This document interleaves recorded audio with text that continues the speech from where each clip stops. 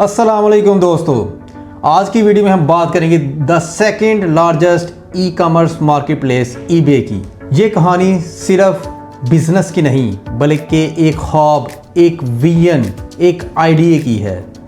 इस वीडियो में हम जानेंगे कि ईबे का नाम ईबे क्यों पड़ा, अमेज़न और ईबे में फर्स्ट मूवर कौन था, ईबे पर आप डिजिटल प्रोडक्ट्स भी सेल कर सकते हैं कि नहीं सेल कर सकते।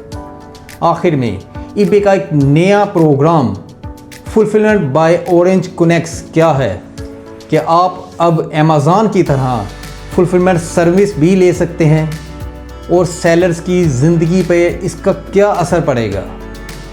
क्या आप पाकिस्तान से अपनी प्रोडक्ट्स पूरी दुनिया में सेल करना चाह रहे हैं तो लाहौर में एक फ्री मीटअप ऑन ईबे हम अरेंज कर रहे हैं, जिसकी तफसील आपको वीडियो के आखिर में मिल जाएगी।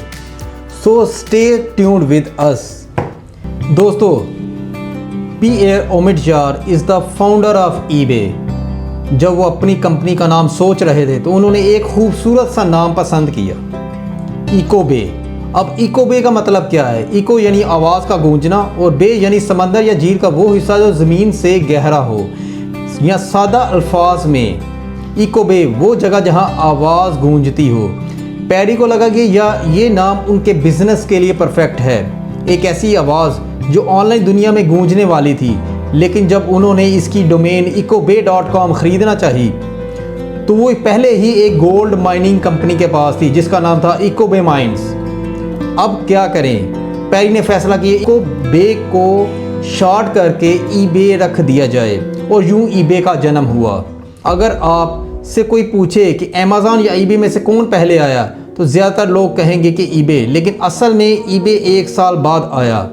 अमेज़न लॉन्च हुआ 1994 में सिर्फ बुक्स बेचने के लिए, जबकि ईबे शुरू हुआ 1995 में। लेकिन कई सालों तक ईबे की मार्केट शेयर अमेज़न से ज़्यादा रही क्योंकि अमेज़न उस वक्त सिर्फ किताबें बेच रही थी और ईबे पर हर तरह की प्रोडक्ट कैटेगरीज मौजूद थी। दोस्तों, अब हम बात करते हैं डिजिटल प्रोडक्ट्स की। ईबे सिर्फ फिज़िकल आइटम्स के लिए नहीं है बल्कि वहां आप डिजिटल प्रोडक्ट्स भी सेल कर सकते हैं, लेकिन उसको सेल करने का एक तरीका है। अगर आपने ई बुक लिखी है तो आप इसे सीडी पर बंद करके बेच सकते हैं, यानी आपका नॉलेज भी आपकी इनकम बन सकता है। ईबे की शुरुआत एक ब्रोकन लेज़र पॉइंटर से हुई थी जो सिर्फ $14.83 में बिका, लेकिन वो ईबे ब्रोकन आइटम की सक्सेस स्टोरी बन गया। जब ईबे ओनर ने ख़रीदार से पूछा कि ये ब्रोकन है तो आप इसको क्यों ख़रीद रहे हैं, तो उसने बताया कि मैं कलेक्टर हूँ ब्रोकन लेज़र पॉइंटर का। तो फिर इसके जहन में आया कि दुनिया में हर चीज़ का कोई ना कोई ख़रीदार होता है। लोगों ने एहसास किया कि ये प्लेटफॉर्म कुछ ख़ास है। जल्द ही लाखों ईबे यूज़र्स पर आने लगे। 1997 में ईबे ने अपना नाम ऑक्शन वेब से बदल के ईबे रख दिया और 1998 में ईबे एक पब्लिक कंपनी बन गया। पीयर ओमिडजार एक आम प्रोग्रामर से बिलियन एंटरप्रेन्योर बन गया। अब बात करते हैं ईबे के मॉडर्न दौर की। ईबे ने इंट्रोड्यूस किया कि एक शानदार service fulfilment by orange connects. ये प्रोग्राम बिल्कुल अमेज़न FBA की तरह है। ये सेलर्स को ऑफर करता है same day handling, fast delivery, late cut off time for next day dispatch, end to end inventory management, ताकि सेलर्स डिलीवरी रिलेटेड इश्यूज से महफूज रहें।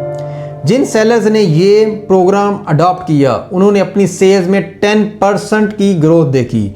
यानी अब ईबे भी सेलर्स को वही कंफर्ट दे रहा है जो अमेज़न ने FBA लॉन्च करके दी। आज ईबे ने दुनिया की सबसे बड़ी ऑनलाइन मार्केट प्लेस में अपनी जगह बना ली है। 134 मिलियन से ज़्यादा बायर्स हैं, 1.8 बिलियन से ज़्यादा एक्टिव लिस्टिंग्स हैं। ईबे ने लाखों लोगों को घर बैठे अर्निंग का मौका दिया, चाहे वो ऑस्ट्रेलिया, UK, अमेरिका या पाकिस्तान हो। ईबे का मिशन है creating economic opportunity for everyone. Pierre Omidyar शुरू में एक सॉफ्टवेयर डेवलपर थे। इनके कई अर्ली प्रोजेक्ट्स फेल हो गए। उन्होंने कई बार एक्सपेरिमेंट्स किए लेकिन हर बार नाकामी का सामना करना पड़ा।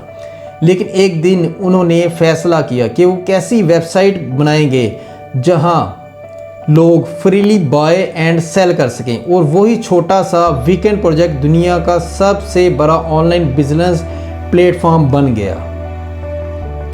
दोस्तों, उम्मीद है आपको ये इंस्पायरिंग ईबे जर्नी पसंद आई होगी। अगर आपको ये वीडियो इंफॉर्मेटिव लगी हो तो लाइक, शेयर और सब्सक्राइब ज़रूर करें। अब आखिर में, क्या आप अपनी भी प्रोडक्ट्स पूरी दुनिया में सेल करना चाहते हैं? तो एक free meetup on eBay in Lahore on 8 November हम स्टार्ट कर रहे हैं। Seats are limited, so please enrol it. मिलते हैं ईबे मीटअप में, तब तक के लिए कीप स्माइलिंग, कीप ग्रोइंग।